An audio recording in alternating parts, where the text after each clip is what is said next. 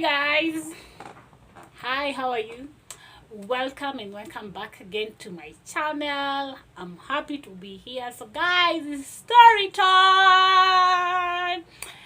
Now, guys, this is a story that happened to me. Actually, it happened to me. Ilinifanyikia mimi. And anytime I think of it, I'm always like, how did it just happen? How? But anyway, I can say that it happened because maybe I was not informed. Back then, I was not informed. But now I know better. I know better. Because, when you first, there's always a first experience, and they say the first experience, like experience is the best teacher. Yes, you can say like experience is a good teacher. So guys, this is how my story begins. Now it was back in 2015 years. So I was coming to Nairobi for my very first time. So I had a friend of mine who was staying at Umoja Market, when you're joke Umoja, yeah, Umoja Market. So it was 2015. I packed my things. I was coming to see this friend of mine. So from wherever I was coming from, that Uko Kisumu, I was coming. So I was here. I got to Nairobi. That was my first time in Nairobi, actually, guys. Yes, it was my first time in Nairobi. I had never been in Nairobi. So it was my first time in Nairobi. So by the time I was going, this friend of mine came and picked me up at the bus station, and we went home, and I was like, wow, so this is how Nairobi looks like. And my desire was to go to Gikomba, but nowadays Gikomba is not a place for me to desire to go, because I know my way there and I'm always there all the time. If you ask me now, the connections and the corners of Gikomba, I now know them. By then, I didn't know them. So my desire was to go to Gikomba, and this friend of mine was always very busy.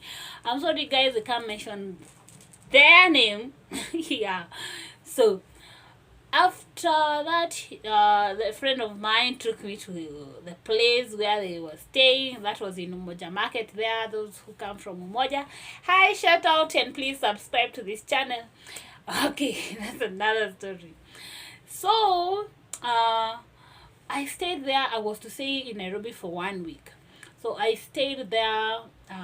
It was day one. The friend of mine took me around at night. It was lively in Nairobi. To me, Nairobi by then was very lively. I'm not saying that Nairobi is not lively now, but okay. So it was lively. We went to the club. That was the second day.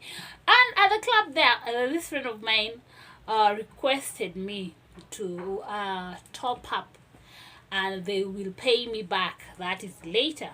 So my main aim was to go to Gikomba, pick clothes, and probably go and sell back in school where I was studying in college. So I was like, nah, I'm going to make money, business-minded person. Okay, so after that, after me lending my friend money, after 3-4 days, I requested the money back. So this friend of mine was like, no, I don't have money, nini, please give me time. I was like, I want my money. Remember, and yeah, at times as human beings we can be selfish. Remember, this person is hosting me, feeding me. Yeah, I was selfish too. Okay, so this person is hosting me, feeding me, bathing with free water. You can know, yeah, bathing with free water, free electricity. I'm charging my phone, I'm eating, but still I had the audacity, guys. Oh, shame on me. I had the audacity to ask for my money back. But then I was young. Let's say young and stupid. Okay, fine. So I pressure this person, and I told them I want my money. That money was for business and blah blah blah and everything. And okay, So this friend of mine got into pressure and looked for the money and gave it to me. It was around 4,000 shillings. So the following day, after being handed the money, I embarked on my journey to go to Gikomba. And how they explained to me when we were going, they showed me a place that, this is where, this is where.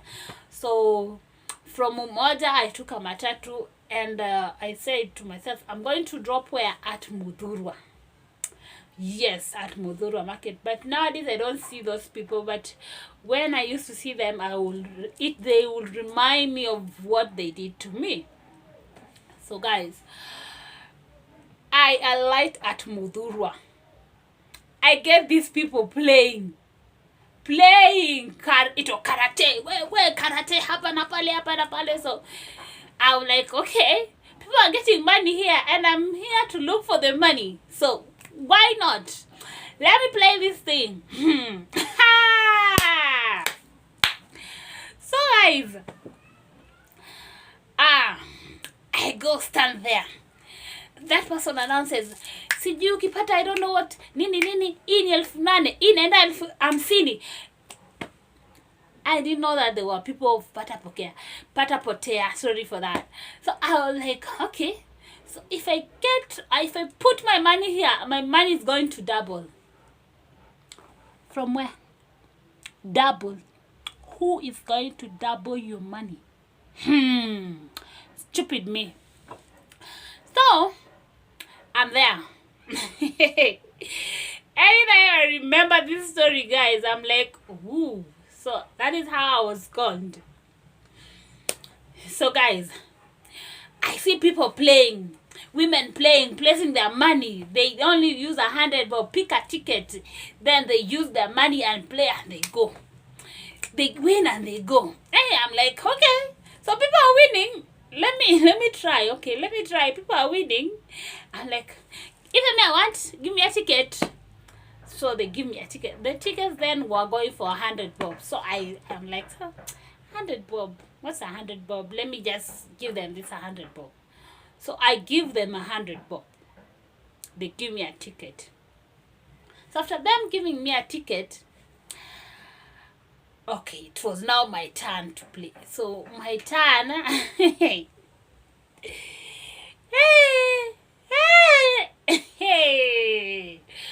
It was now my turn. So I had 4,000 shillings. Remember, these 4,000 shillings I had planned that I'll go to Gikomba, collect some mitumbas and go and sell to my friends at school so they can rock and yay. Hey. So I get the ticket at 100 bob. So they play. I play, and it turns out to be the prize that I'm going to win is worth 50,000. Remember, it was 2015. I'm still in college, broke, didn't have any money. 50,000. Who will to earn the money from 100 bob to 50,000 Kenyan shillings? Joke on myself. 50. 1, 2, 3, 4, 5, 6, 7, 8, up to 50. 50,000. So I was like, hey, this 50,000, I'm there planning. This 50,000, I'm going to Gikomba with 10,000. I used 10,000 to buy things. Then I'll be remaining with 40. That is me with my ancestors talking in my head. Then I'll give my dad 10, so that my dad doesn't see that there's nothing that I'm doing. Then I also give my mom 10. Then this 20 that will be remaining, hey, I'll be no longer eating the school food. I'll just be in the school canteen. When my friends see me, they see me as a boss. That was me then. So already I've budgeted for the money. I don't have the money at hand. I don't know that I am going to be swept. Shwa, shwa, shwa, shwa, shwa. Swept. Hey. In football, they say, I'm a Oshwa. Yeah. Yes. So, with this tag they gave me, this tag, the tag of 50,000. So I'm like, I know what I want, and I've already budgeted for the money. Guys, I've already budgeted for the money, yet I don't even have a cent. So, after that, they ask me, how much do you have? I tell them, I have 4,000 shillings. They tell me, this 4,000 is equivalent to this 50,000. But when you want more, you can add a few coins. Then we see on how to do it. So I'm like, okay. So they can still give me more of this 50,000. Hey! Who am I? By then I'm very friendly. Me and my dad, we are friends. And I'm like, I borrow my dad money most of the time. Most of the time when I'm broke and everything is down on me, I just call my dad. I'm like, hey, Papa, hi, Sasa, Poa. Can you kindly lend me some money? So yes, I called my dad. And I'm like, hey, Ba, Sasa, I didn't ask for the money directly because, remember, I don't know what I'm going to do with the money. So I didn't ask for the money directly. So I call and say, hi, Dad, I have an emergency. A friend of mine has been taken to hospital. And this friend of mine is requesting me to at least lend them with 4,000. So kindly lend me the money after they have returned the money. I'll pay you back.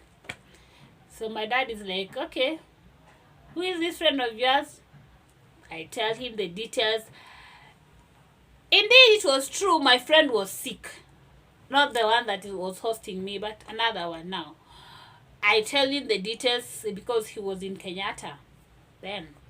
So I tell him the details and he's like, okay, so let me see if I can send you the money.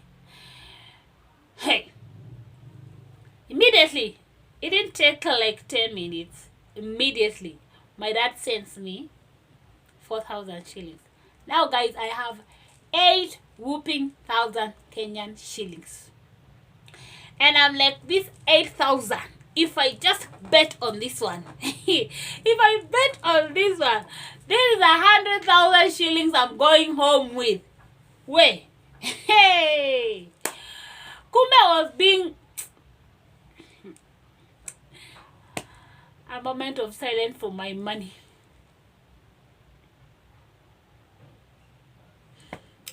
Rest in peace, that money. So I tell these people now, I have 8,000. And the people like, okay, now, for you to get 100,000, now this is what you're supposed to do. Guys, my people, I was not thinking by then. I was not actually thinking. My all mindset was just on that 100,000. So they gave me a number, I sent the money, 8,000. So I'm like, I've sent everything that I had. Everything that I had, 8,000. So I'm waiting for 100,000. The person that was talking to me, who was convincing me to give them the money, now is not even talking to me. Now this person, after realizing, after I've shown them the message, by then there was no something of reverse. Safaricom had not placed that by then. So it was just like that. After I had shown them the message, like now, I have sent, this is confirmed, they have the money. This person doesn't know me. They don't know who I am, and they are not into my business anymore. I'm like, guys, where is the 100K that you promised me? Where is it? No one talks to me. Now I want to create drama there. And you know what? These guys, they won't allow you create any drama there. They won't. Because you're going to spoil the market. You're going to spoil the market for them. You're going to make it a bad market for them. So I'm there, stranded. Didn't know what to do. I didn't know even whether to call the friend that I was staying with. Then, confused. My money is gone. My dad's money is gone. And up to date, my dad doesn't know this story. And probably if he watches this is when he will know where his money went to. My money is gone. My dad's money is gone. 8,000. Guys, that money always pains me up to date. When I'm broke, when I go broke, I remember that money and I feel so painful about it. It has been a long, let's say it has been some years, but I can't forget about that money. So guys, that is how I got conned in Nairobi. And that's how my 8,000 shillings went. So I had to beg these people. I had to beg them, literally beg them, to give me just 200 bob to go home. Because I didn't even have the energy to cry. Where am I going to start from? Where? Yes, I can cry. Then whom are you crying to? It's now recently I noticed that there's a police station down there at Mudhurwa. When you go, or now when you're going down, there's a police station at Kamkunji. It's now when I'm realizing that there's a police station there. I didn't know. There was some traffic police over there. I didn't know whether to go to the traffic police and tell them and report, because guys, I took myself there. So that is how I got conned in Nairobi. Actually, guys, I've been conned twice, but the second one, it was not as massive as my first experience. So guys, if you like my channel, thank you for subscribing, thank you for liking, thank you for sharing, guys. So in my next video, I'm going to tell you about my second con in Nairobi. But guys, be careful out here, because we have con artists out here. So like, subscribe, thank you for watching, and share, guys, and let's grow this channel together. I really appreciate you. So until next time, bye bye.